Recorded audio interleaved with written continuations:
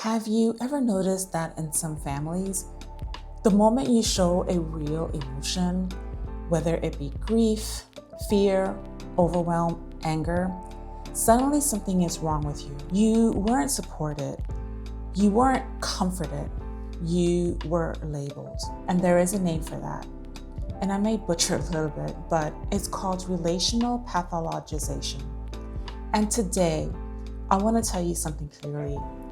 You were never broken. Relational pathologization happens when people within relationships, especially families, take very normal human emotions and treat them like mental illness or emotional defects or a character flaw. Crying is called weakness, grief becomes instability, and anger becomes a problem. Boundaries are framed as avoidance. Instead of empathy, you're giving a diagnosis. Instead of listening, you're corrected. And over time, this teaches you something devastating. My feelings mean something is wrong with me. But feelings are not pathology. Feelings are information. And here's something I really want you to hear. God created emotions. He designed us to feel joy and sorrow, love and grief, anger when boundaries are crossed, compassion when others are hurting. Emotions weren't an accident. They were a divine design. Our feelings are not evidence of weakness. They are a part of how God wired us to connect, how we're wired to discern, to protect ourselves, and move towards healing. You weren't emotionally sick. You were emotionally alive. And sometimes, being alive in a system that avoids truth makes you the problem. I personally experienced relational pathologization during a medical crisis involving someone I loved so very deeply. It was a moment of fear, a moment of uncertainty, a moment where the people who mattered most to me were facing something so terrifying, and I didn't know what the outcome would be. I was scared. I was grieving the uncertainty, and like any human being whose heart was hurting, I cried. But instead of being met with compassion, instead of hearing, of course she's emotional, this is hard, the story slowly began to shift into something else. Something must be emotionally wrong with her. Not she's responding normally to a heartbreaking situation. Not she's feeling fear and love at the same time. But instead, oh, she needs fixing. And I remember thinking later, what part of loving someone during a life-threatening situation is broken? What part of crying when the people you love may suffer means something is wrong with you? And I want to say this clearly, loud for the ones in the back. There was nothing wrong with me. Grief is not depression. Tears are not disorder. Vulnerability is not instability. What I experienced was not care. It was not support. It was a misinterpretation of emotion through a lens of control instead of compassion. Because when people are uncomfortable with feelings, they don't always learn how to sit with them.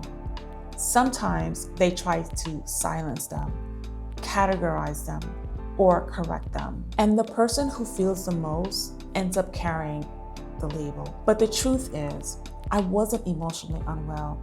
I was emotionally awake. I didn't need fixing. I needed understanding, and so do you. Here's how you know if relational pathologization may be happening to you. Number one, your emotions are treated as problems to solve instead of experiences to understand. When you're hurting, nobody says, tell me what you're feeling. Instead, you hear, you're overreacting. Why are you so sensitive?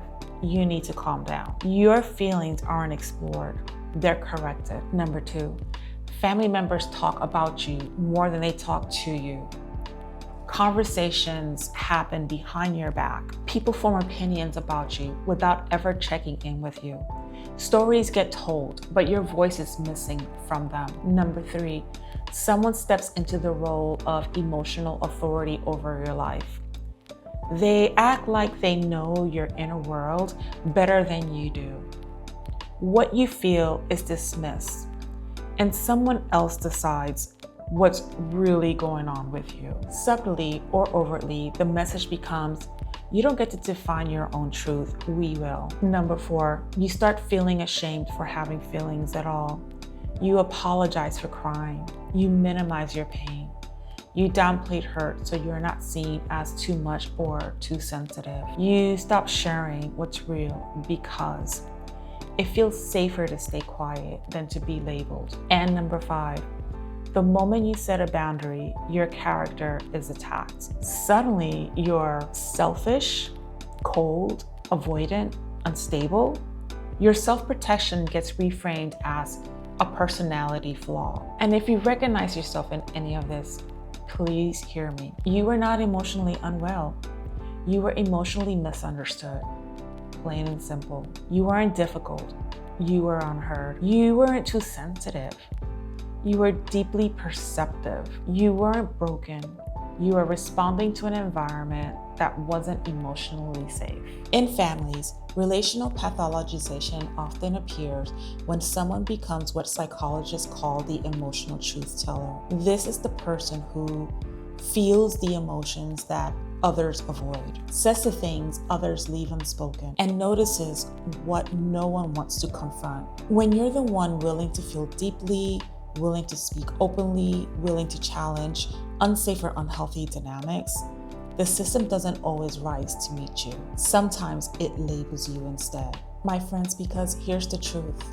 It takes courage to look at the whole family system and say, we all need to heal. But it takes less emotional work to say, no, she's the problem. So instead of addressing shared pain, the discomfort gets outsourced to one person. The truth teller becomes the carrier of the family's unresolved emotions. Not because that person is fragile, but because that person is often the strongest emotionally. You see, systems protect themselves. And when someone threatens the illusion of harmony by telling or feeling the truth, the system doesn't thank them.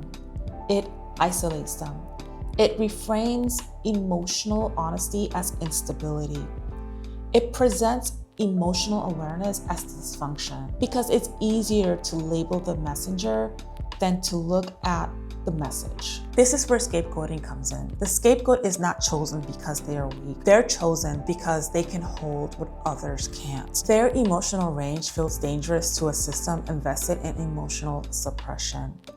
So their depth becomes the target. Let me speak this directly to the ones who have lived this. That doesn't mean you were too much or too sensitive.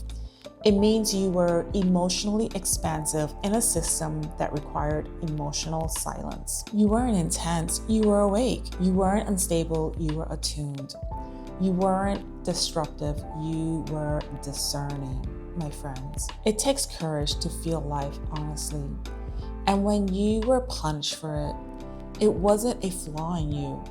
It was a limitation in the environment you were standing in. Let me say this with all of my heart in it. Your emotions are not symptoms, they are signals. Signals that something needed acknowledgement. Signals that you were human, simply human. Signals that your healing was calling for your attention, my friends. You never needed fixing. You needed safety. You needed permission to feel without being labeled. And you needed to know your emotional depth is not a disorder. It is a gift. Healing doesn't always come from confrontation. Sometimes healing comes from distance.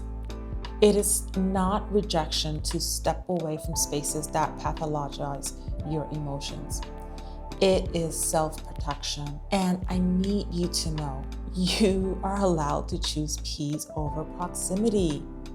You do not owe access to anyone, to any person who frame your vulnerability as a defect.